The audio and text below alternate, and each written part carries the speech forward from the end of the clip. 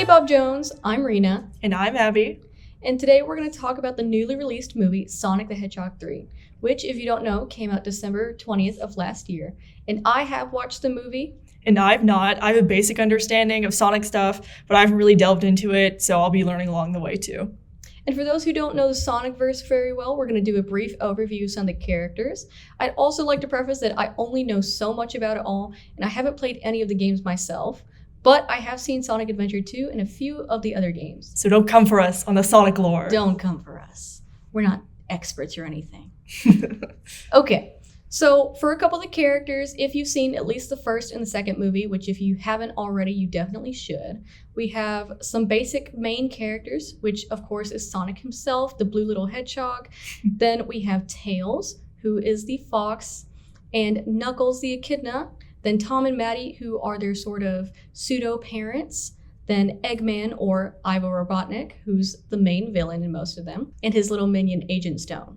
Then you also have Commander Walters, and then we get into the new characters that were introduced in the third movie, Shadow, his sister Maria, their grandfather, Gerald Robotnik, and Director Rockwell. Of course, we're going to be going over the new movie, so this is going to be a spoiler warning. We are going to talk about the entire movie, what we think about it, what was good and what was bad. So if you haven't seen the movie and you don't want spoilers, definitely don't watch this yet. But once you do, come back and watch it. Get out of here. In the first and the second movie, we have Sonic losing Longclaw and being chased around and finally coming along to Earth and being essentially adopted by Tom and Maddie. Very cute, very found family. Love that. And then we have the second movie, which introduces Knuckles and Tails in a fight for the Chaos Emerald. And then you have an introduction to the third movie, which introduces Shadow and Maria and all of their little family. And if you don't know, Shadow in this movie is seen as not an experiment or a creation, but is actually created from a meteor. It's a little odd, but we'll get into that in a little bit. But essentially, he was found on Earth from a meteor and was taken into the care of Gerald Robotnik. And then eventually they were raided by the Guardian of United Nations, or GUN, and Maria was killed. Then Shadow was captured, and then we get into the new movie. So we have a couple comparisons to Sonic Adventure 2, which is the original material for this movie. And of course, there's going to be similarities between Shadow's introduction and storyline, such as his connection to Maria and Gerald Robotnik.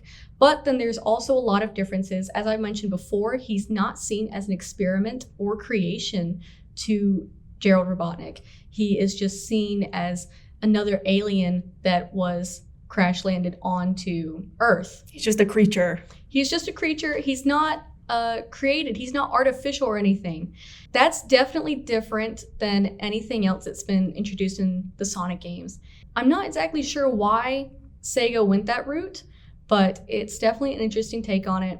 But I also think it destroys some of the character development that he had in a lot of the games. Because the whole thing in the games was that he was created for Maria to help her overcome her sickness. And I know that there's been controversy on if that was even canon or not, but I like to think that it is. He was created for her to help her, and they kind of took that away in this movie. I feel like they probably did it just to make it more simplistic so they could put everything in there. But like you said, it does kind of dumb it down and make it less impactful, which is unfortunate. Yeah, and on one hand, I can see why they would do it. I think doing it in this way makes his relationship with Maria a lot more organic. Mm-hmm. So that way they can see more as if they found each other and now they're actual siblings in that way. And that's different in comparison to he was made for her and their siblings in that way. And his entire personality in the games was about her. Yeah. But another difference on that is the exclusion of the Ark.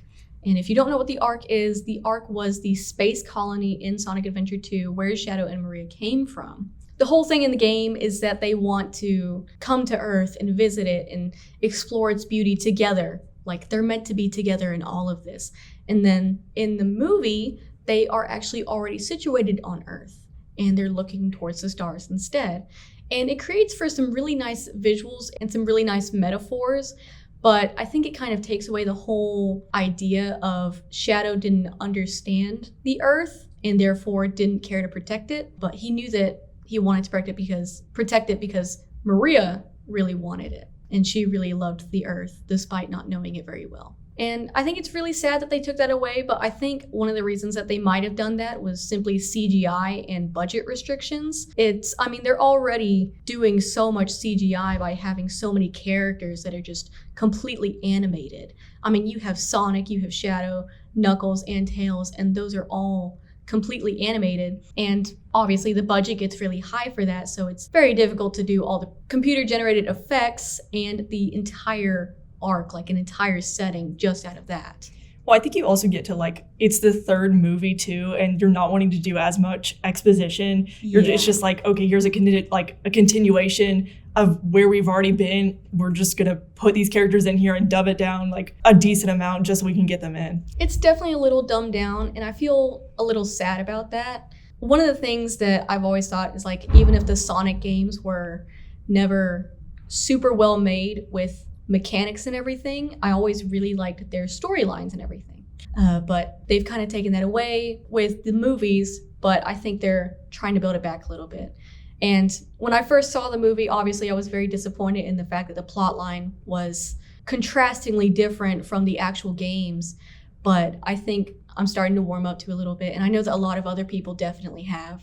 So just keep an open mind with that, I guess. Well, I think also when you're going from like a game to a movie adaptation, and even just in general with like live action remakes, like obviously not fully live action, you still have some reanimated stuff, but a lot of times studios will try and like change the storyline a little bit so it's more interesting. Like it's almost like it's new content, even if it's like telling a very similar story. They don't want to tell just the exact same one. So I do think you get some of that here too. Yeah, you're right. I do like that a lot.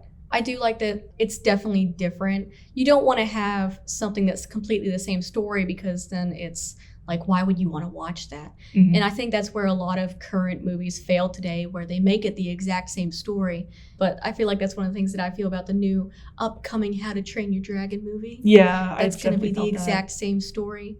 Well, part of that too is like, because if you're going from like animation to animation, it's like, how much so are you wanting to make it realistic versus are you just improving the graphics?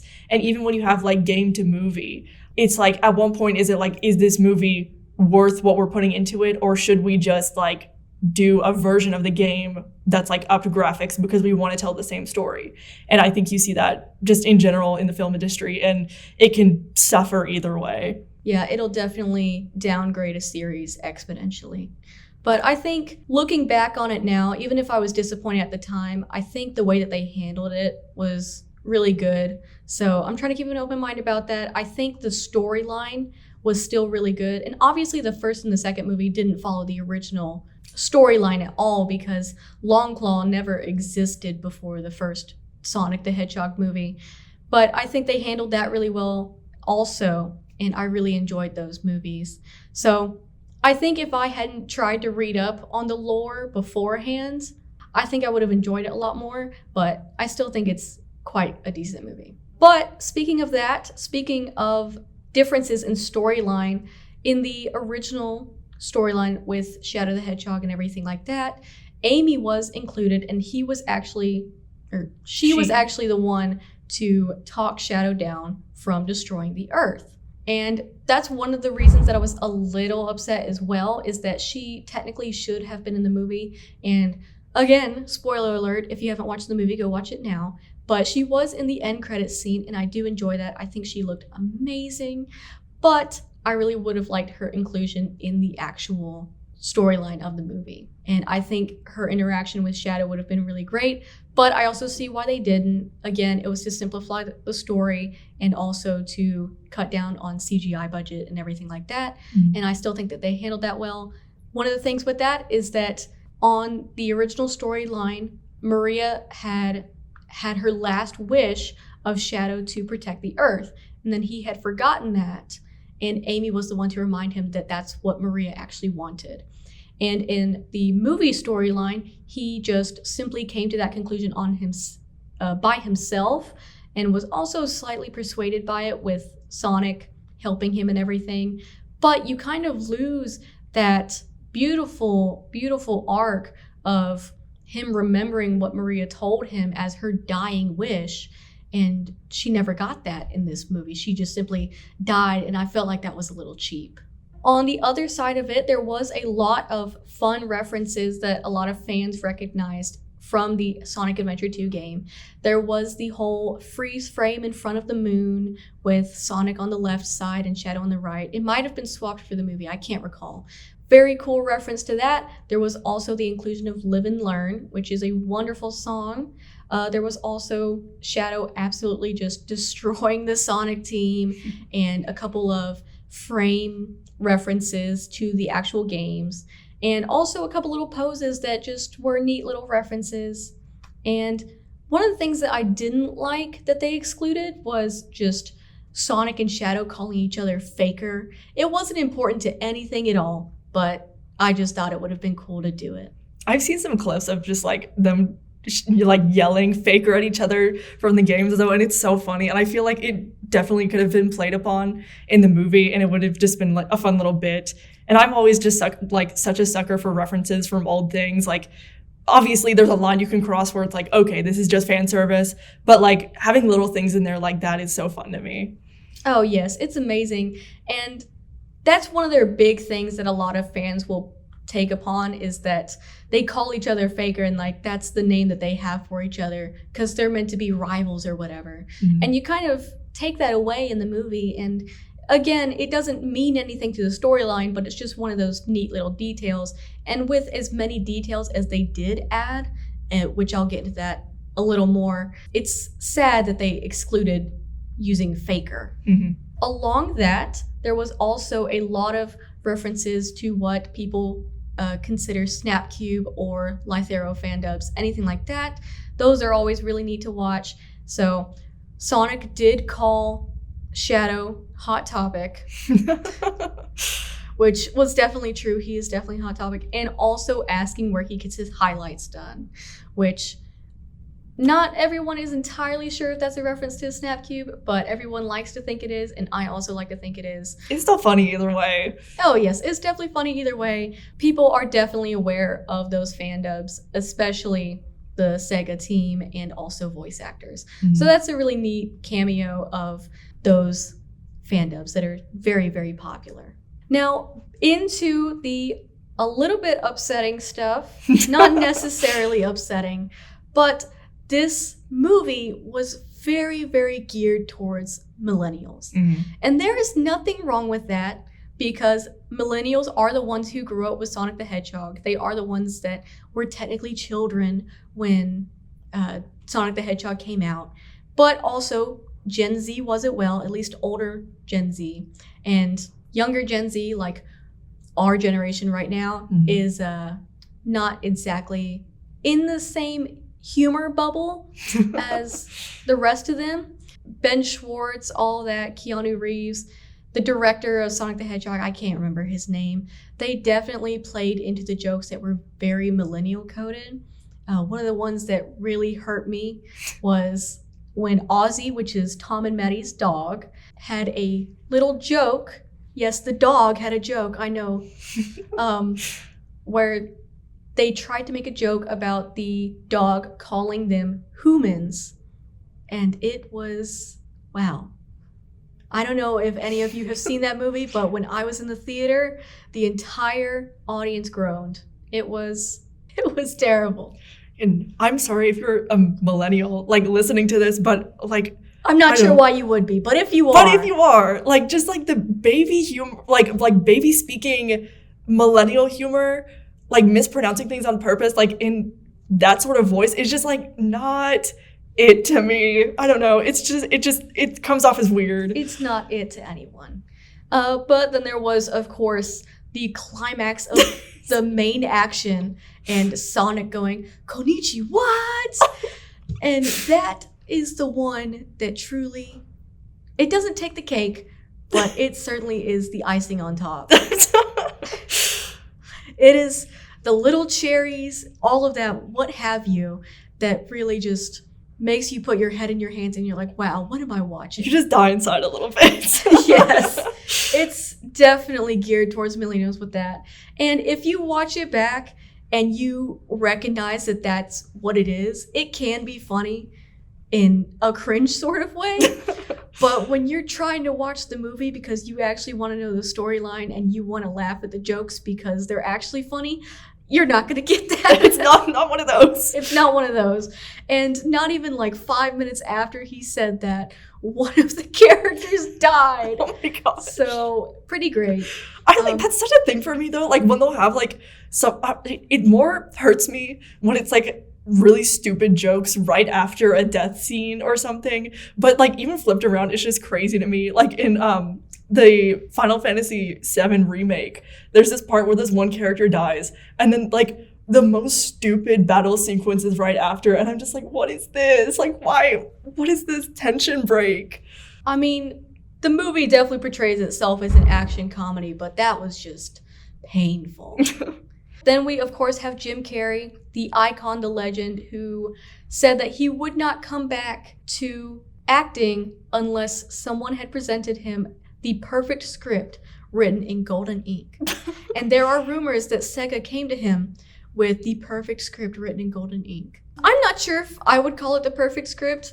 It's definitely interesting. Jim Carrey himself is an icon. I love him, especially as Ivo Robotnik. As Gerald Robotnik, which he does play 2 characters in the movie, there is a sequence right where they're introducing each other, like Jim Carrey to Jim Carrey, where he makes some sort of joke that it's almost like we're played by the same actor. And it's like, That's wow. so funny to me. I'm sorry. It was funny. And there were a lot of people who were like, oh, that was cringe. And I was like, I don't know. I kind of thought it was pretty funny. Like, I'm glad you played on that because it obviously they're played by the same actor.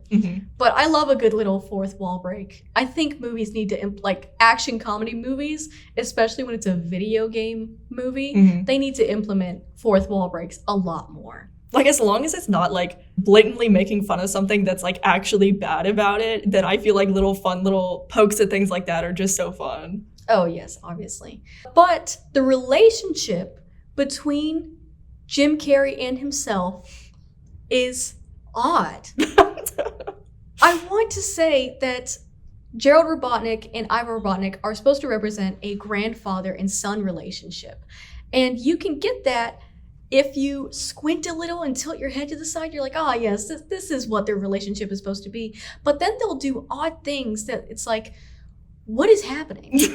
And it reminds me back to when he played the Grinch, you know, of course. And that was just such an odd movie. Jim Carrey is such an odd little person. He's one of those, like, I feel like especially like male actors and like ones that are sort of middle-aged that do roles like that it's just like, you're a little creature. Like that's what Willem Dafoe is to me. He is quite the creature. And there's certain things that, I mean, it wasn't too terrible, but there were certain things that it's like, if you really wanted to, you could see this as like romanticized, and you don't want to do that. Yeah. Because those are biological family members. Played by the same character. I don't want to say on this podcast, but you could go 2 different directions with that are both wildly inappropriate, and it was just extremely uncomfortable. But I will say that's definitely one thing that I believe can be attributed to millennials is secondhand embarrassment like that. But there was, of course, the infamous dance scene. I won't get into it, but the 2 of them dance together, and it gets a little strange near the end. If you haven't seen it, go watch it. I don't think it's necessarily a spoiler, but I think people definitely need to see it. I feel like that could almost just be like a decision that Jim Carrey made. Like he seems like the type to me that is just like, he's doing a scene, he's like, I think I want to take it this way. Like, let's just make it weird and like uncomfortable. It makes you wonder how much was Sega trying to keep him on board, and he was like, I'm not going to continue doing this movie unless you let me do this weird thing. Like, I need to make it weird, and you are going to let me. Yeah, that's exactly what happened. But there was the dance scene, and then, of course, We had the whole live and learn fight, which was Sonic and Shadow in their super forms trying to stop the Ark from blowing up the entire Earth as if it was a Death Star. Which makes you wonder, where did they get the inspiration for the Ark blowing up the Earth like that with a single beam? Mhm. But anyways, it cuts right in the middle of the cool, amazing scene of these characters in the middle of fighting a bunch of robots to Jim Carrey doing strange things to himself. That sounds so bad when you phrase it like that. If I phrase it the way that it actually is, it's going to sound worse. Okay. Like, it's not necessarily inappropriate, but it's like this is either geared towards 30-year-olds or 5-year-olds. Yeah. And you're not sure which one this scene is geared towards. Well, from like what you described, that's what a lot of it sounds like. It's like they weren't entirely sure on what audience to cater to, so like some things kind of got lost in translation there. It's definitely a kids movie meant to cause nostalgia for those who had originally played the games. Mm. That aspect of kids movie causes some potty humor that's just secondhand embarrassing. Mm. There was some actual funny stuff. As I said, the references to Hot Topic and calling out Shadow's highlights. Then we have Agent Stone, who is definitely one of my favorite characters. I love that actor. I love that character.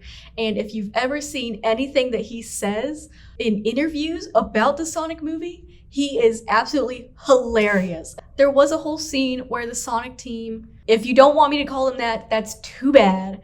They're the Sonic team in my mind. Or they can be Team Knuckles. A little reference to the movie if you've seen it.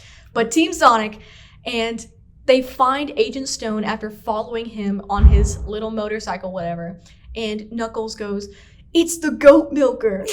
And Agent Stone immediately mocks him and goes, "It's the goat milker."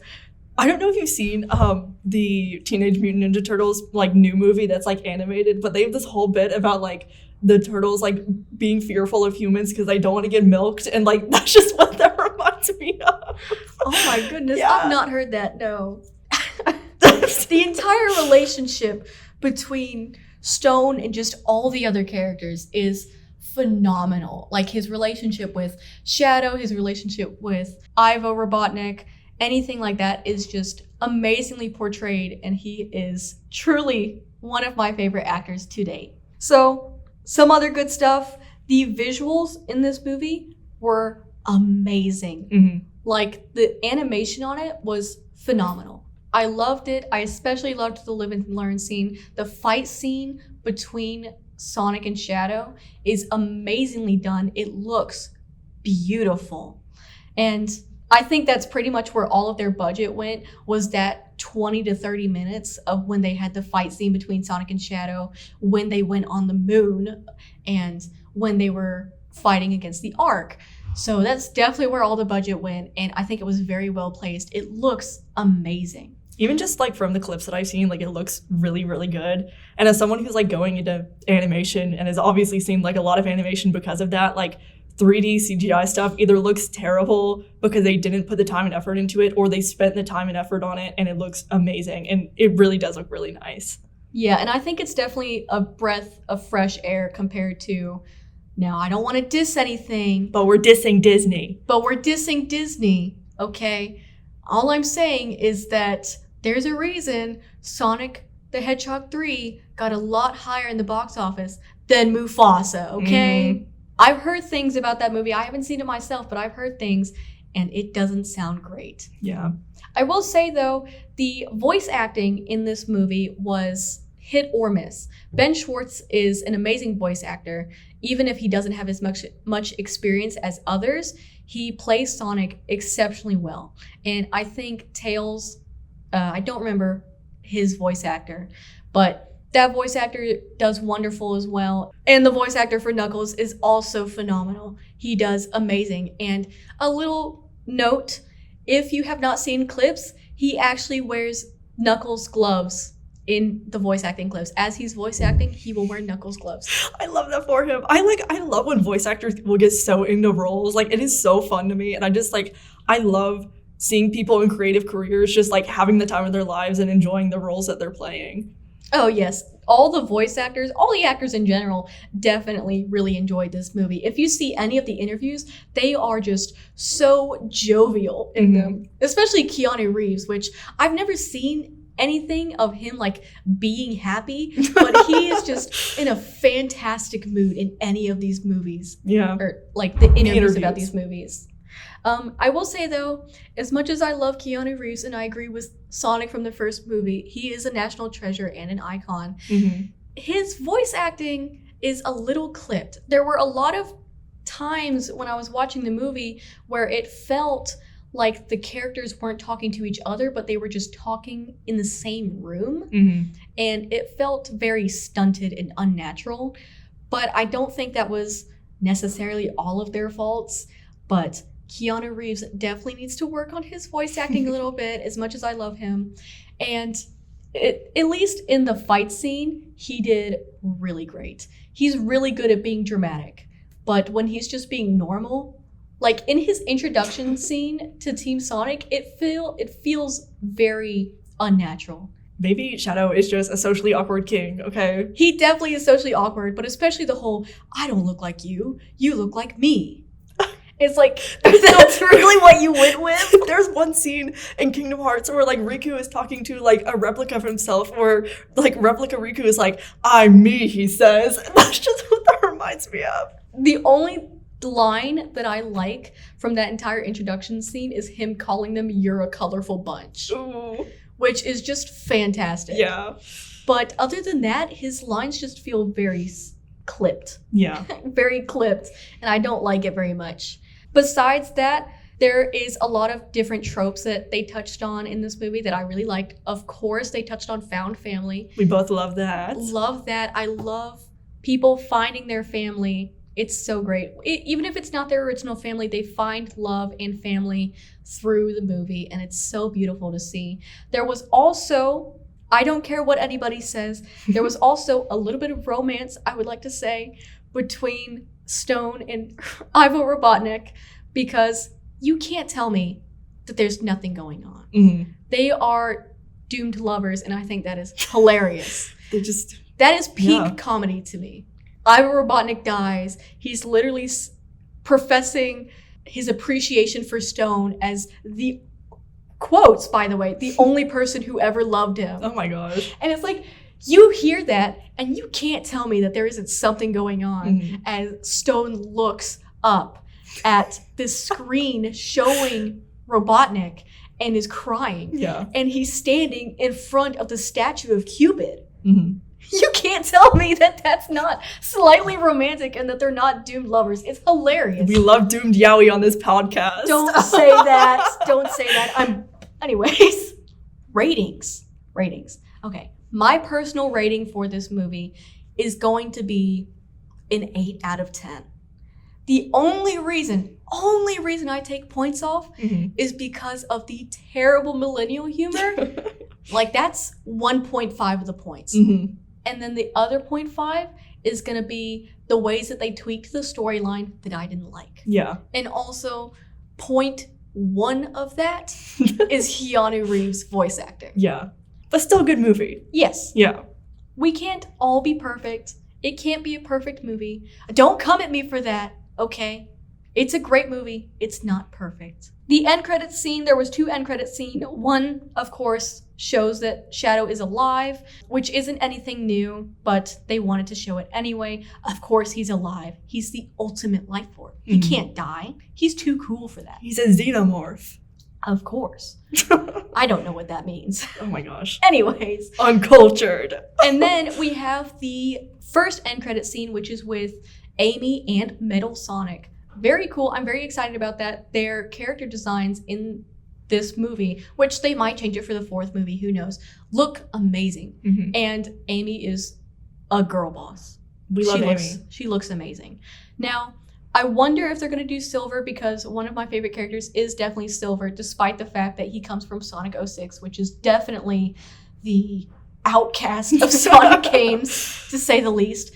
But Silver himself is a great character, and I really hope that they will add his character at some point.